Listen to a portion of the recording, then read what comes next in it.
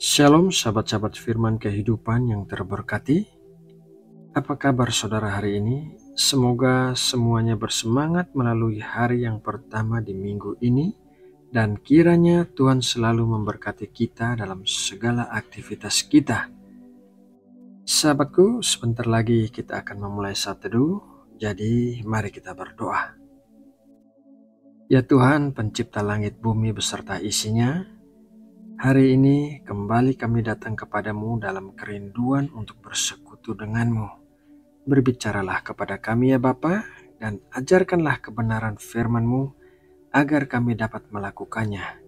Terima kasih ya Bapa, di dalam nama Tuhan Yesus kami berdoa. Amin. Sahabat firman kehidupan yang dikasihi Allah, hari ini kita akan belajar firman Tuhan dari pengajaran Tuhan Yesus kepada murid-muridnya dalam Matius 19 ayat 23 sampai 24. Yesus berkata kepada murid-muridnya, "Aku berkata kepadamu, sesungguhnya sukar sekali bagi seorang kaya untuk masuk ke dalam kerajaan surga. Sekali lagi aku berkata kepadamu, lebih mudah seekor unta masuk melalui lubang jarum daripada seorang kaya masuk ke dalam kerajaan Allah." Tuhan Yesus sedang dalam perjalanan menuju ke Yerusalem saat seorang muda yang kaya datang kepadanya.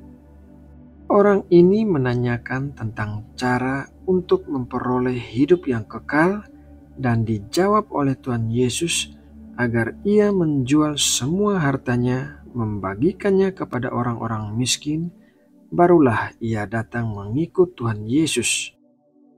Orang muda yang kaya itu kemudian pergi dengan sedih karena ia memiliki banyak harta kekayaan. Kisah ini yang juga tercatat dalam Injil Markus dan Lukas merupakan pembelajaran tentang hubungan antara kekayaan duniawi dengan keselamatan kekal. Pernyataan Tuhan Yesus tentang betapa sulitnya bagi orang kaya untuk masuk kerajaan Allah secara langsung menantang pandangan umum pada masa itu, di mana kekayaan dianggap sebagai tanda berkat dan perkenanan ilahi. Pernyataan ini menimbulkan keheranan dan pertanyaan di antara para murid yang akan kita baca dalam ayat selanjutnya, Matius 19 ayat 25-26. Ketika murid-murid mendengar itu, sangat gemparlah mereka dan berkata, "Jika demikian, siapakah yang dapat diselamatkan?" Yesus memandang mereka dan berkata, "Bagi manusia hal ini tidak mungkin, tetapi bagi Allah segala sesuatu mungkin." Reaksi dari para murid ini menunjukkan adanya pemahaman yang perlu dikoreksi mengenai nilai-nilai kerajaan Allah yang diajarkan oleh Tuhan Yesus. Tuhan Yesus memberikan perbandingan yang mencolok bahwa lebih mudah seekor unta masuk lubang jarum dibandingkan orang kaya masuk kerajaan Allah. Artinya hanya satu, yaitu kemustahilan. Budaya Yahudi pada zaman itu menganggap bahwa orang kaya akan lebih mudah masuk kerajaan Allah karena semakin besar uang yang disumbangkan, maka semakin besarlah potensi mereka untuk bisa masuk kerajaan Allah. Jadi mereka berusaha untuk masuk surga dengan mengandalkan kekayaan mereka. Tuhan Yesus tidak mengkritik mengenai pemilikan kekayaan, karena Alkitab mencatat beberapa orang kaya yang setia kepada Tuhan seperti Yusuf dari Arimatea dan Sakeus. Yang Tuhan Yesus tekankan adalah sikap terhadap kekayaan dan potensi kekayaan untuk menjadi berhala dalam hidup seseorang. Kekayaan adalah berkat dari Tuhan, tetapi bahayanya terletak pada kemampuannya untuk merusak dan mengalihkan fokus seseorang dari Tuhan. Keinginan yang tidak sehat untuk menjadi kaya dapat menjerumuskan seseorang ke dalam berbagai godaan dan menjauhkannya dari jalan kebenaran. Kesulitan orang kaya untuk bisa masuk kerajaan Allah sebagian disebabkan oleh kecenderungan mereka untuk lebih mengandalkan kekayaan dibandingkan mengandalkan Tuhan.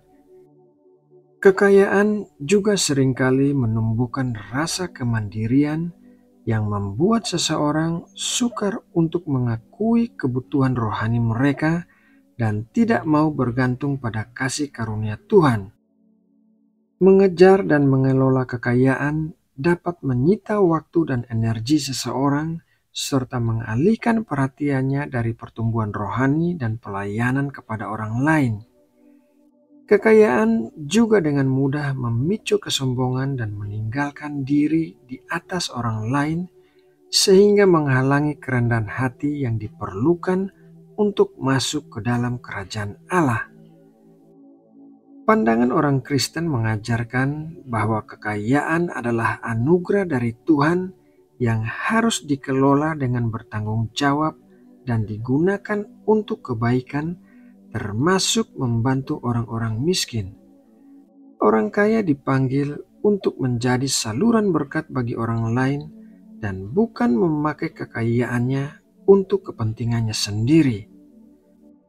Pernyataan Tuhan Yesus bahwa apa yang mustahil bagi manusia tidaklah mustahil bagi Allah merupakan pernyataan bahwa kuasa Allah tidak terbatas pada penciptaan dan pemeliharaan alam semesta, tetapi juga mencakup kemampuan untuk mengubah hati manusia.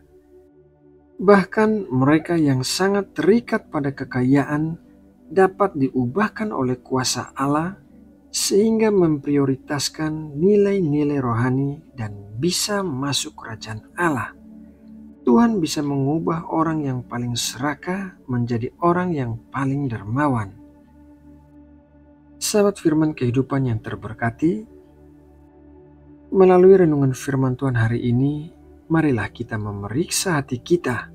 Terlepas dari situasi keuangan kita masing-masing, kita semua perlu secara jujur memeriksa hubungan kita dengan harta benda dan prioritas kita dalam hidup. Kekayaan dalam konteks kisah ini tidak terbatas hanya pada uang, namun juga mencakup bakat, status, atau apapun yang kita andalkan lebih daripada Tuhan. Prinsip-prinsip ini berlaku untuk semua orang, karena kita semua rentan untuk menaruh kepercayaan pada sesuatu selain Tuhan.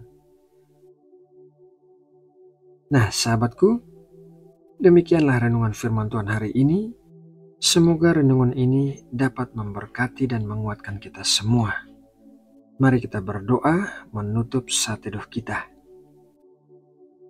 Bapa yang penuh kasih, Allah sumber damai sejahtera dan penghiburan kami, terima kasih atas berkat-berkat-Mu yang baru saja kami terima, pengurapan dan kekuatan yang baru. Biarlah pembelajaran hari ini menjadi sesuatu yang kami simpan di dalam hati kami dan kami ingat untuk selalu memeriksa kondisi hati kami terhadap kekayaan atau hal-hal lain yang kami andalkan melebihi Engkau. Biarlah Engkau selalu menjadi yang nomor satu dalam hidup kami. Terima kasih ya Bapa atas kasih dan kebaikan-Mu yang melimpah bagi kami. Di dalam nama Tuhan Yesus Kristus, kami sudah berdoa dan mengucap syukur. Amin.